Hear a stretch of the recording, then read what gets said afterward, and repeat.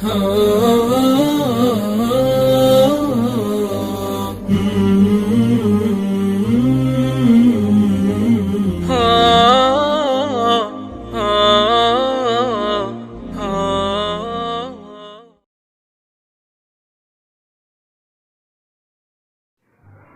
अलैकुम वरहमतुल्लाहि वबरकातुहू।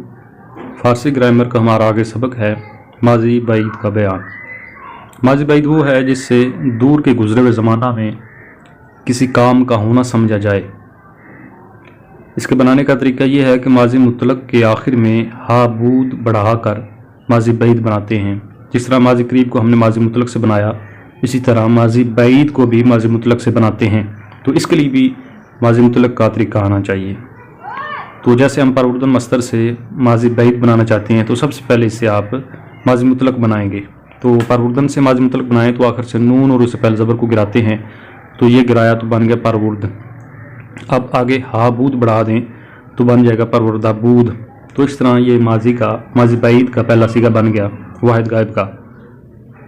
उसके बाद उर्दू में इसको कैसे बनाते हैं, तो उर्दू में इसका आसान सा तरीका है कि जो माजी मुतलक का तर्जुमा आपने पहले बना रखा है उसके आगे सिर्फ था ज़्यादा कर दें तो ये माजी बाइद उर्दू के अंदर बन जाएगा। जैसे परवुर्द का तर्जुमा हमने किया था उसने पाला, तो अब तर्जुमा हो जाएगा उसने पाला था, तो ये उर्दू के अंदर बन गया।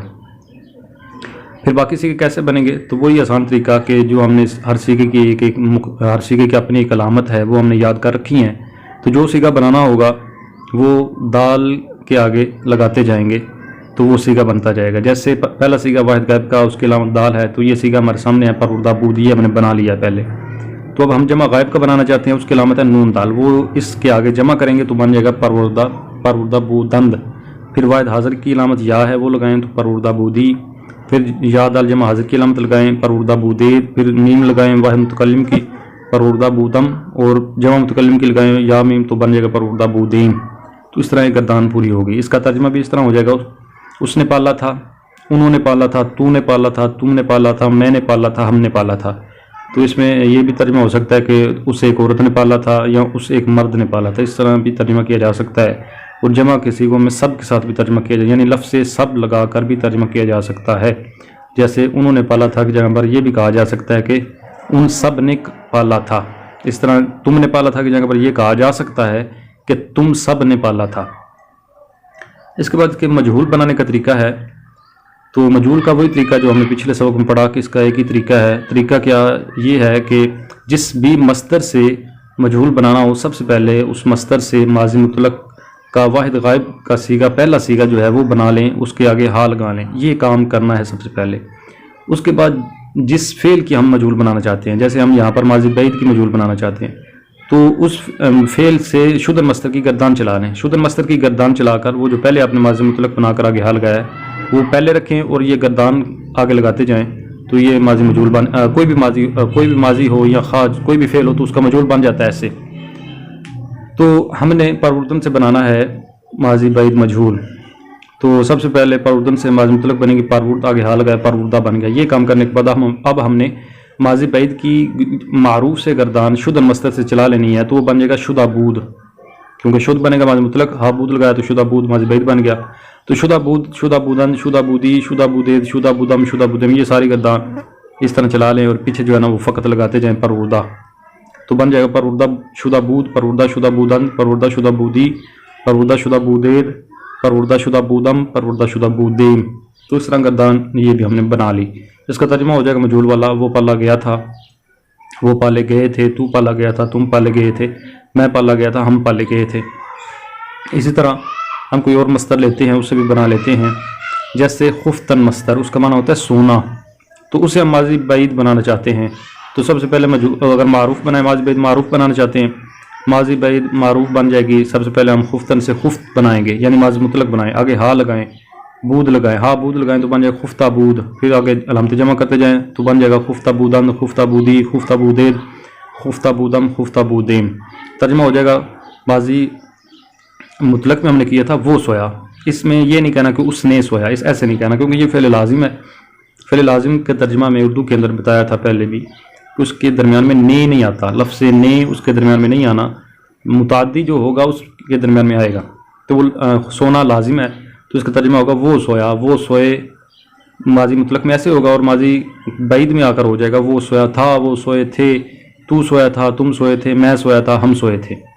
تو مجہول اس طرح اگر بنانا ہو تو وہ بن جائے گا، سب سے پہلے ماضی مطلق بنا کر خفتن سے ہاؤ لگائیں گے، خفتہ بن جائے گا، پھر شدہ مصدر سے ماضی بعید کی گردان چلا دیں گے تو بن جائے گا شدہ بود، شدہ بدن، یہ ساری گردان آگے لگا دیں تو بن جائے گا خفتہ شدہ بود، خفتہ شدہ بودن، خفتہ شدہ بودی، خفتہ شدہ بودید، خفتہ شدہ بودم، خفتہ شدہ بودین۔ ترجمہ ہو جائے گا وہ سوئے، ویسے یہ ایک فقط یعنی طریقہ تھا جو میں نے بتا دیا، جو پھر لازم ہوتا ہے اسے مجہول نہیں آتی، اسے مجہول نہیں آتی، طریقہ بس تھا وہ بتا دیا، تو اس کا ترجمہ نہیں ہوگا کیونکہ اسے مجہول آتی ہی نہیں ہے۔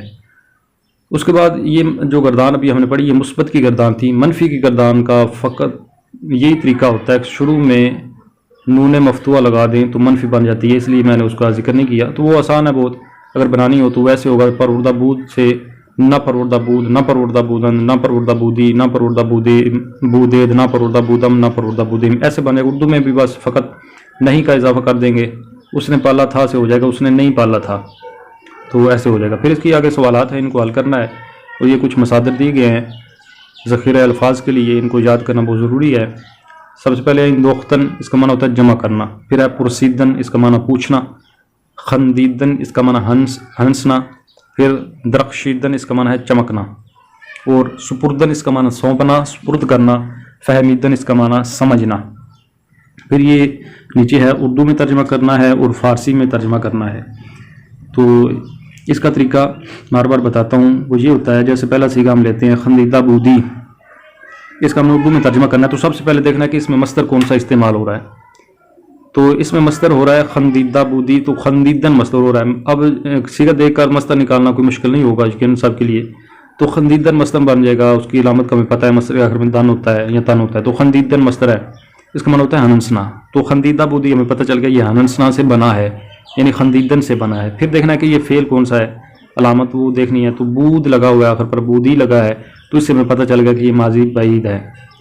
پھر اس کے بعد جب یہ بھی پتہ چل گیا پھر دیکھنا ہے کہ یہ سیغہ کون سا ہے، تو علامت سیغے کی دیکھنی ہے، تو یا اس کے آخر پر ہے یہ سیغہ واحد حاضر کا ہے، تو اب ہمیں پتہ چل گیا اس کا اردو میں ہم نے تو کے ساتھ ترجمہ کرنا ہے، تو ہنسنا بھی آئے گا، پھر تو بھی آئے گا، تھا بھی آئے گا، تو اب وہ اکٹھا کر لیں تو بن جائے گا تو ہنسا تھا، تو نہیں ہنسا تھا نہیں ہوگا، یہ بھی لازمی ہے، تو ہنسا تھا اس طرح بن جائے گا۔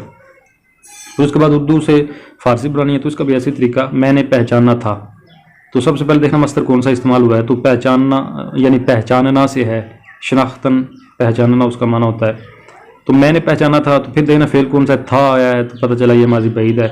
پیچھے دیکھیں پھر سیغہ کون سا میں ہے، تو پتہ چلا یہ واحد متکلم کا سیغہ ہے، تو اب ہم بنا لیں گے، واحد متکلم کی علامت میم ہوتی ہے، وہ آخر پر آئے گی، پھر جو ہے نا بود بھی آئے گا اس میں کیونکہ ماضی بعید ہے، تو اب ہمیں پتہ چل گیا کیسے بنے گا، تو خندیدن سے ماضی مطلق بنتی ہے، وہ دوسرا شناختن سے ہم بنائیں گے، شناختن پہچاننا، تو اس سے ماضی مطلق بنتی ہے شناخت، تو اب آگے ہا بود لگائیں، اور پھر بود نہیں بلکہ دال کے آگے میم بھی لگا دیں کیونکہ ہم نے واحد متکلم کا سیغہ بنانا ہے، تو بن جائے گا شناختہ بودم، میں نے پہچانا تھا، تو اس طرح ہو جائے گا۔ تو اس طرح آپ نے سارے سوالات کو حل کرنا ہے، کسی بات کی اگر سمجھ نہ آئے تو وہ مجھ سے پوچھ لینی ہے۔